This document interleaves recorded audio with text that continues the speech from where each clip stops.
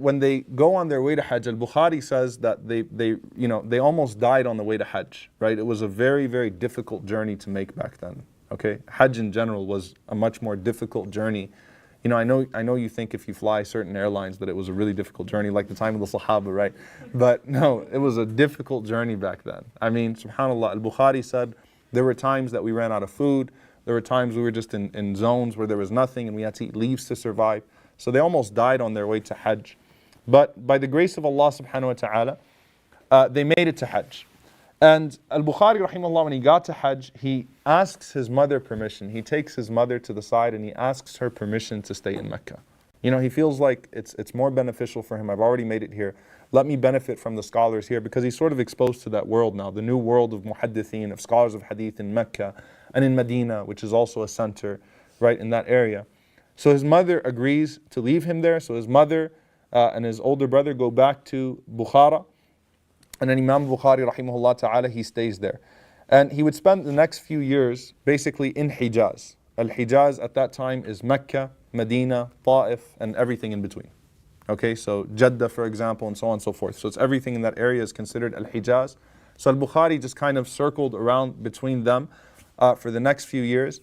And when he got to Medina at the age of 18 years old, and he got to the grave of the Prophet sallallahu alaihi wasallam, he actually wrote his first two books next to the grave of the Prophet sallallahu alaihi wasallam.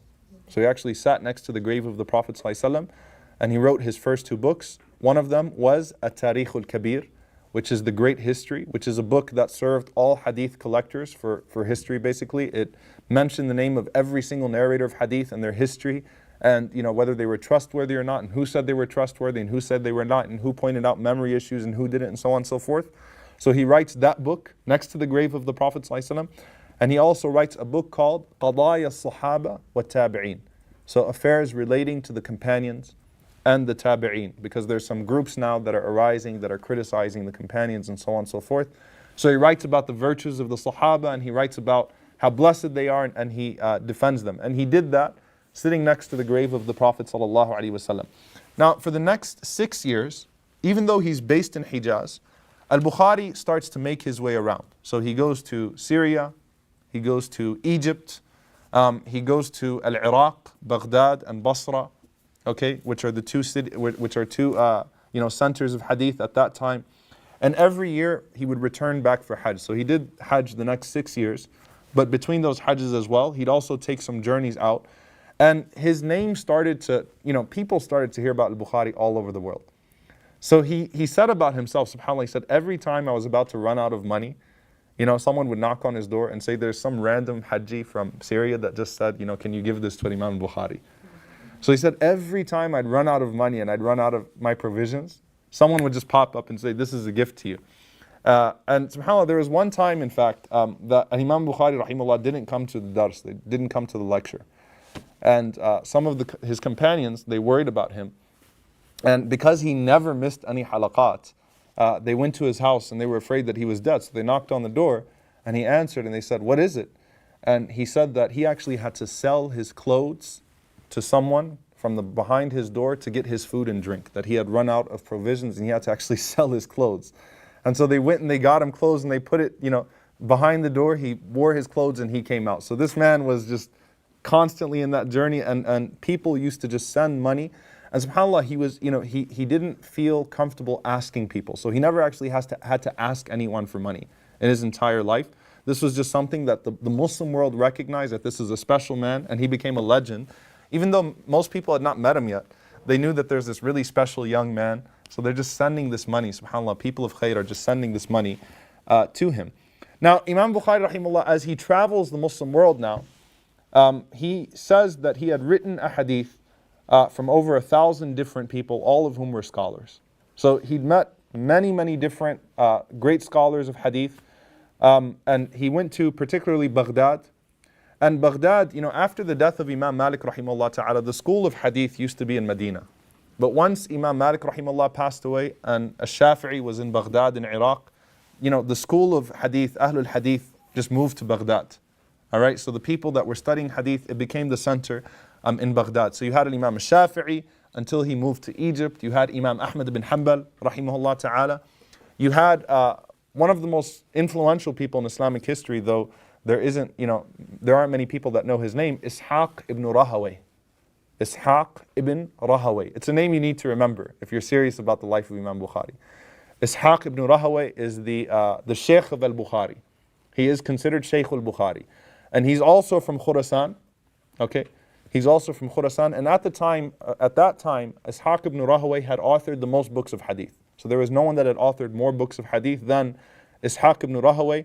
He even authored a book of tafsir, right? So he was a very famous author. And also Yahya bin Ma'in, a great scholar of hadith as well. And lastly, Ali ibn al-Madini, rahimahullah. Ali ibn al-Madini, who was a contemporary of Hassan al-Basri and Umar ibn Abdul Aziz. So he meets some of the prominent scholars in the Muslim world, and he goes to them, and he learns from them. And subhanAllah, each one of these teachers has a character that Imam al-Bukhari is attracted to, and he takes a quality from them. So for example, Ali ibn al-Madini, rahimahullah, was known for his integrity in hadith. Ali ibn al-Madini is the first person to reject his father's ahadith.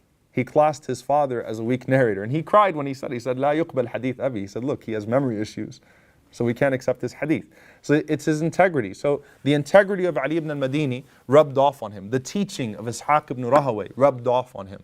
The steadfastness of Imam Ahmad ibn Hanbal rahimahullah in the face of trials and tribulation, that rubbed off on him. So each one of these teachers really had an influence, not just in teaching him hadith, but they really influenced his character. And Imam Bukhari rahimahullah, he equally impressed these people. So he said, after he met Ali ibn al-Madini, he said, I've never belittled myself in the presence of anyone like I did in front of Ali ibn al-Madini. I mean, he is such an incredible person that I never belittled myself like I did in front of him. Ali ibn al-Madini, when he heard that, he said, forget about what he said, he's never met a man like himself. Meaning Al-Bukhari is on another level. This young man is on another level than anyone he's ever met. Imam Ahmad rahimahullah met him when he was only 18 years old. Now Imam Ahmad met many of the scholars from Khurasan, many of the scholars that were Persian and so on and so forth. Imam Ahmad rahimahullah ta'ala, after he met Imam al-Bukhari, he said, I've never met a man, this is after his first meeting, he said, I've never met a man from Khurasan like him. That he's the most special person from that entire region that I've ever met. Now, so Imam Ahmad's bragging about him, and Imam Bukhari, after meeting Imam Ahmad, is telling people, I've never met a man like Imam Ahmad. So subhanAllah, great people recognize each other. And the scholars say, if that's what Imam Ahmad's impression of him was when he was only 18 years old, imagine what Imam Ahmad would have said about him had Imam Ahmad rahimahullah met him like when he fully accomplished everything that he accomplished. He would have said, I've never met a man like this in the world. Right? If that's what he said when he was just an 18-year-old student, that I've never met a man like him from Khurasan, then Imam Ahmad rahimahullah would have said so much more. And he used to visit, he visited Imam Ahmad rahimahullah ta'ala over 7-8 times, so he came to him multiple times. And one of the things that Imam Ahmad told his students about Al-Bukhari, he said, I've never narrated a hadith to him except that I saw him immediately implement it. So that's a means of bringing memorization into your life. It's not like Imam Bukhari heard all these ahadith and said, great, let me go dictate them to someone else. He said, no, I've never, anytime I said a hadith to Imam Bukhari rahimahullah, he took it and he implemented it. And Al-Bukhari, he said, كُنَّا نَسْتَعِينُ عَلَى حِفْظِ الْحَدِيثِ بِالْعَمَلِ بِهِ. That the way that we used to keep hadith memorized is by acting upon them. Just like the Quran, the Sahaba kept it memorized by acting upon it. Imam Bukhari said the way we keep the hadith in our lives is by memorizing the ahadith. Now, Imam Ahmad rahimahullah, though, you find very few narrations from him in Sahih al-Bukhari, though he had that tremendous effect on him. And the reason being that by the time Imam al-Bukhari could come to Baghdad frequently and could visit Iraq frequently, Imam Ahmad rahimahullah was in jail and he was being tortured and he was being imprisoned. And because he was busy, going through Khalifa to Khalifa, torturing him, imprisoning him, al-Bukhari didn't really have a chance to actually author a hadith from al-Imam Ahmad rahimahullah ta'ala. And there are other scholars that praised him. Imam Ahmad ibn Hamdun. There's another great scholar by the name of Imam Ahmad ibn Hamdun. He says that Al-Bukhari knew hadith and ilm al-rijal. Ilm al-rijal is the knowledge of narrators, the way that every Muslim knew Qul Huwallahu Ahad. Meaning the way you say Qul Huwallahu Ahad off the top of your head, Imam Bukhari knew all of the hadith that he knew, and he knew all of the chains of narrators as well. So this takes place now for 16 years. This pilgrimage of Al-Bukhari away from his home, just going around from city to city, meeting scholars of hadith, teaching people. This takes place for 16 years. And at that time, by the time he finished the 16 years, he had reported a hadith from 80,000 separate narrators. Which, subhanAllah, just think about that. If you were to divide the days within 16 years at 80,000, think about how busy he was in those 16 years. And he was able to retain all of those sources, and he was able to write them down. And subhanAllah, sometimes again, he would barely survive, but at the same time, he still made it. Now obviously the legend continued to grow, right? So it wasn't now just Al-Bukhari coming to a city, it's let's test this guy. Let's see what he's really about. So every city started to put out their scholars of hadith when they heard that Al-Bukhari was coming. And let's see how good he really is, right? It was like, let's put on a show for the people and let's see how good he really is. So when he went to Baghdad, for example, as an older man, now when I say older, I mean 28 years old, right? Because that's older for Al-Bukhari. When he goes there, Baghdad put out, because they heard Imam Ahmed praise him. I mean, they heard Ali ibn al-Madini. They heard people that were really on another level praise him.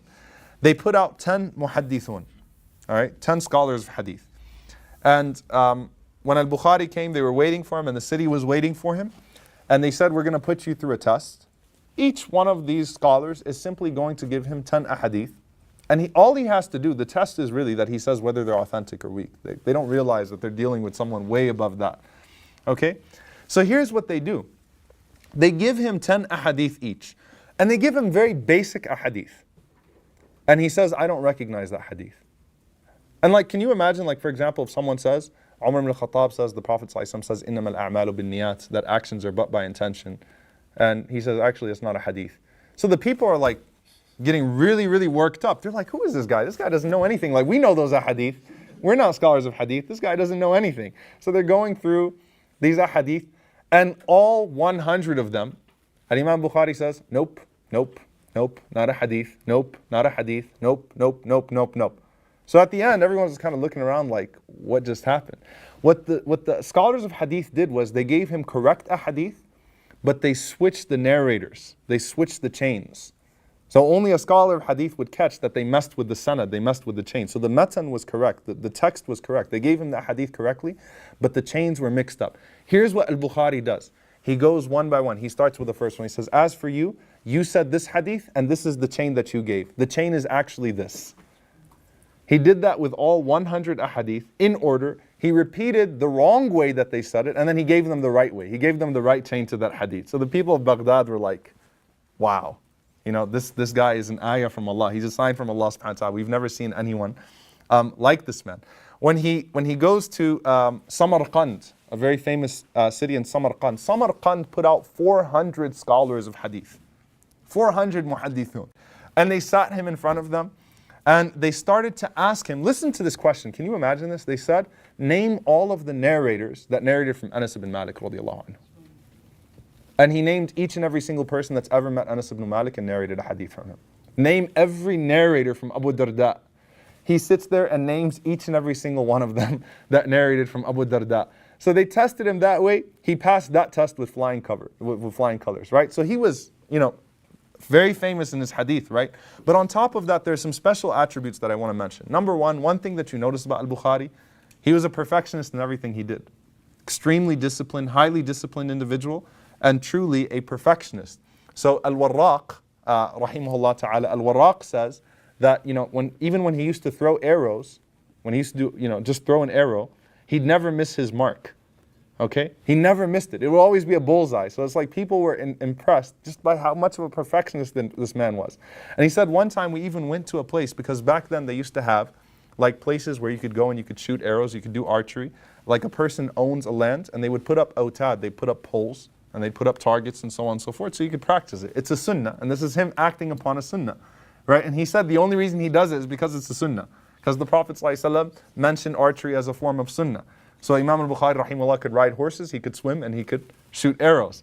So Al-Warraq says that one time we went, and Al-Bukhari was just effortlessly just shooting these arrows and hitting bullseyes.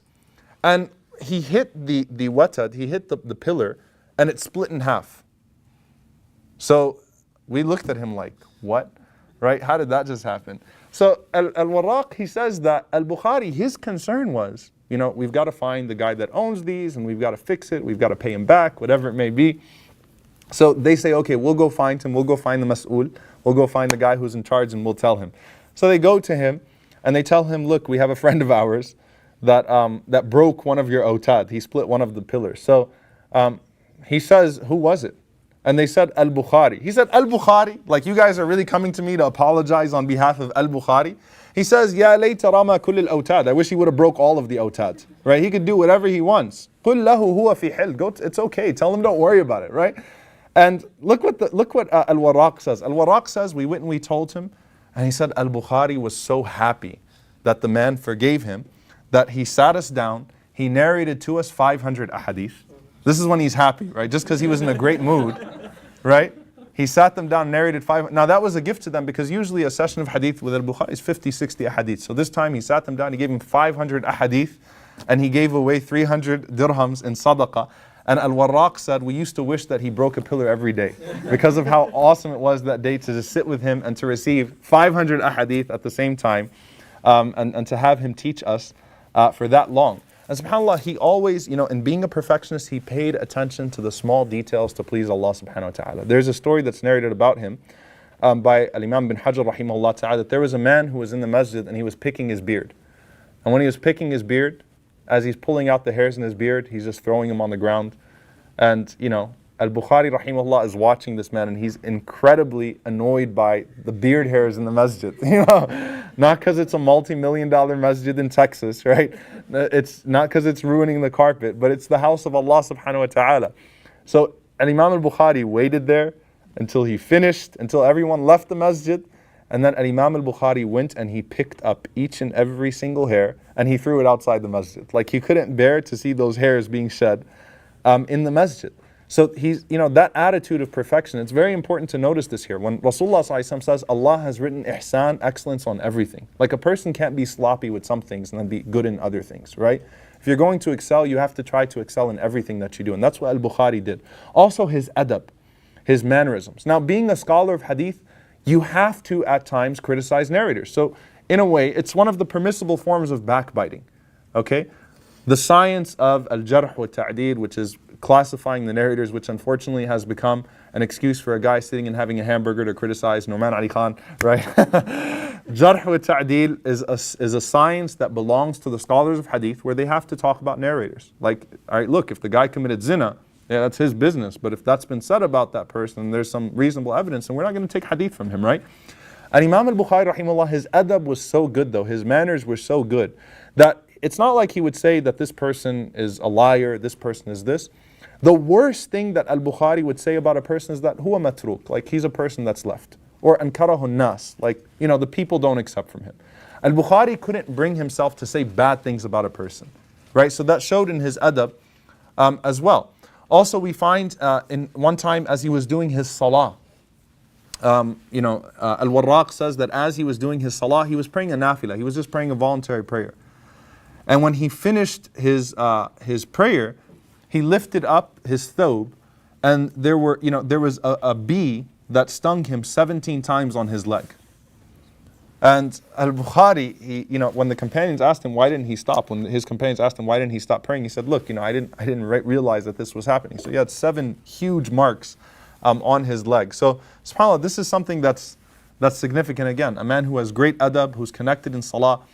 And he also recognized the role that he played in the Muslim world. So he recognized his position in the Muslim world, and that also had an impact on the way that he acted, okay, on the way that he carried himself. There's a story that's well documented from Ibn Hajar, from an Imam al-Dhahabi and others about Al-Bukhari, that you might look at that story and you might be like, okay, that's a little too extreme. And Imam Bukhari rahimahullah ta'ala once was on a boat and he was crossing a sea, he was on a safina, he was crossing a sea, and he had all of his money with him, everything that he had, which was 1,000 dinars, 1,000 gold coins, which is significant to be carrying that with you. So there was a man on the boat, the talk spread around that Imam al-Bukhari is carrying this money. So this man heard that Imam Bukhari has all of his money, that he has 1,000 dinars with him. So this man devises a plan. Basically at night, he wakes up screaming that 1,000 dinars was stolen from me. Suriqat minni 1,000 dinar. Someone stole 1,000 dinars from me. And he's screaming and he's crying and he's yelling. So everyone's running towards him and saying, what's wrong? How does it look? So he says, yeah, the bag is this color and it looks exactly like this. And he's describing the bag of an Imam Al-Bukhari rahimahullah ta'ala. So he's saying, Fattishu man fis safina, go ahead and search everyone that's on the boat, get them all out, I need my money, this is this. He makes up this entire story, right? So anyway, they search everywhere and they don't find anything. Now Al-Bukhari rahimahullah ta'ala, what did he do? Al-Bukhari knew exactly what the man was doing. He took that bag of 1,000 dinars and he threw it overboard. He threw the money out. And you say, astaghfirullah, he's wasting money, he's doing this, how's that even possible? He didn't say why at this point. He didn't tell anyone what he did. But as soon as he heard the liar making this up, he said, all right, I'm just going to throw this away. He threw away all of his income, everything, all 1,000 gold coins. So after they searched the boat and they didn't find anything, everyone yelled at that man and told him, you woke us up, we were sleeping, and they called him a liar and whatever it is, and they told him, if we hear you again, we're going to throw you overboard, right? Everyone went off on that man and they were all really angry with him. So he comes to Imam Bukhari rahimahullah ta'ala and he's like, I know about those coins. He's like, what did you do with them? So Al-Bukhari looks at him and he kind of ignores him. And he says, Aqsamtu alayka billah, ayna al-mal? He said, look, I swear, I'm taking an oath by Allah. Tell me where that money is. What did you do with the money? How did you hide the money? So Al-Bukhari rahimahullah responded and he said, Ramaytuhu fil bahr. I threw it in the sea. So the man was shocked and he said, did you just throw away your life savings? He said, aren't you grieving over that? Aren't you sad? Aren't you depressed? You lost all your money, and what made you do that? And here's how he responded to him, and this is very significant. He said to him, Ya Jahil, he said, oh ignorant man. He says, ألا تدري أني أفنيت حياتي كلها في جمع حديث رسول الله صلى الله عليه وسلم وعرف العالم ثقتي. So don't you know that I've spent my entire life collecting the ahadith of the Prophet ﷺ, and the whole world knows me as a trustworthy man? He says, وَصَدَّقُونِي وَأَخَذُوا بِأَحَدِيثِ, and they trust me and they take my ahadith. He says, أَتُرِيدُنِي أَنْ أَبِيعَ ذَلِكَ بِأَلْفِ dinar. He said, you want me to sell all of that with 1,000 dinars? Meaning he realizes this will ruin his credibility. I mean, it could go both ways, right? Either they'll say the man is a liar, or they'll say he's a liar. And he would rather to be able to continue in the ahadith of the Prophet ﷺ and maintain that credibility with the people than have that 1,000 dinars. So you can criticize it and you can give a fatwa on Bukhari all you want. But that was his way. He was also someone that was known for his generosity. So he was very generous with the way that he spent his money on other poor students of hadith. He was known to have never turned away a beggar when he was poor. And in fact, there's an incident that took place with him where one time he was actually cheated out of 25,000 dirhams. So a man, there was a man that actually cheated him out of 25,000 dirhams. So he was told, that he should go to the governor of that area to have that dispute settled. And Al-Bukhari rahimahullah ta'ala, he said, if I go to the governor and I tell him that to have that dispute settled, he said that it might be for a worldly purpose and he's going to request some fatwa from me or something. Like he's going to request something like a religious favor from me. And he said, I'm not going to go sell my akhirah for the sake of this dunya. So he said, I'm not going to go complain to the governor because I don't want him to say, hey, I did you a favor. Can you give me this? Can you give me that? And so on and so forth. So subhanAllah, the people went to that man who cheated him and they told him, ittaqillah, like this is Imam Al-Bukhari, fear Allah. You've stolen 25,000 dirhams with him. At least do something, make some agreement with him. So the man agreed to pay Al-Bukhari 10 dirhams a month to make up 25,000 dirhams. Al-Bukhari said, fine, I don't care. I'll take it. Right? SubhanAllah, who would agree to a deal like that? How long is that going to take to pay it off? But he accepted that. Okay? On another occasion, Al-Bukhari rahimahullah ta'ala, someone, he had received some gifts and he was going to sell those gifts. So there was a trader that came to him and he told him, I'll give you 5,000 dirhams for them. And Imam Al-Bukhari rahimahullah ta'ala, he said, I'll think about it and I'll give you an answer tomorrow. When Al-Bukhari woke up, another man came to him and told him, I'll give you 10,000 dirhams. And Al-Bukhari rahimahullah ta'ala, he responded and he said, Wallahi nawaitu fi qalbi an abi'a dhalika lahum. He said, look, I already intended in my heart to sell it to them for 5,000. Even though he didn't talk to the people yet and tell them that I accept your, and by the way, technically speaking, your thoughts, and this doesn't really matter here. He could have legally said, no, I'll take the 10,000. But because of his wara', the same characteristic his father had, the same quality his father had, he didn't want to put himself in a situation where he was going to sacrifice his religion here. So he said, I already intended in my heart to sell it to the people for 5,000, so I'm going to sell it to them for 5,000. And he would quote his father's words about how his father used to say, I don't know of a single dirham in my wealth that has any haram or any shubha, anything forbidden or any doubtful matter in it. And he used to say, وَأَنَا كَذَلِكَ لَا أَعْلَمُ فِي نَفْسِي إِلَّا هَذَا. And he said, and I, myself, I don't know of anything other for myself as well. So he was following in the footsteps of his father as well, and making sure that he didn't do anything that would cross the limits. And subhanAllah, that wara' was in everything. That was an attitude of caution that he did with everything. There's a funny story that's narrated, but subhanAllah, it's very significant. Imam Bukhari, rahimahullah, he had a student that was blind by the name of Abu Ma'shar. And Abu Ma'shar, stayed with Al-Bukhari for a very long time. And so one day after a lecture, Imam Bukhari, rahimahullah ta'ala, he called, and he had thousands of students. He said, Abu Ma'shar, I want to speak to you. He called for him for a personal meeting. So Abu Ma'shar was excited, and he said, Labbayka ya Sayyidi, here I come. He's like, yeah, whatever, anything you want. He's kind of, he's proud that Al-Bukhari actually knows his name and recognized him and told him, I want to talk to you personally. So Al-Bukhari waits for everyone to leave the masjid, and he says, I just want to ask your forgiveness. Abu Ma'shar says, for what? Ya Sayyidi, what did you do? And listen to what Al-Bukhari says. He said, one time I was narrating a hadith, and I noticed that you were enjoying it so much that you were dancing. تُحَرِّكُ رَأْسَكَ وَيَدِكَ. Meaning, when someone's going, right? So he said that you were enjoying the hadith so much that you were just, he's blind. Abu Ma'shar's blind. Abu Ma'shar's just going, and he's even moving his hands and, those types of things. So the other students were noticing. And Al-Bukhari, he said, فَتَبَسَّمْتُ فِي نَفْسِي. He said, I just smiled. And he said, I'm afraid that was ghibah, that was backbiting. He said, فَسَامِحْنِي, I'm seeking your forgiveness. SubhanAllah.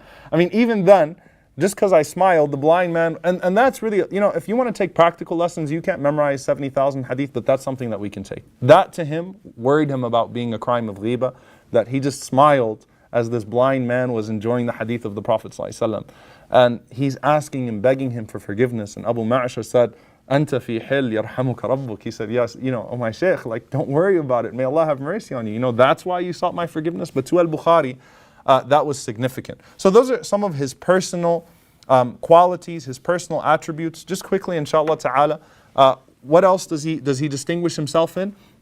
He's also a scholar of fiqh. He's also a scholar of jurisprudence. And it's very, very rare in history to find a person who's a scholar in hadith and a scholar of fiqh. There are very few people that could master multiple Islamic sciences, right? There's a very famous saying that the fuqaha, the jurisprudence, the jurists, they used to say to the scholars of hadith that you are the pharmacists and we're the doctors. You guys write the prescriptions, we take the hadith and we learn how to apply them.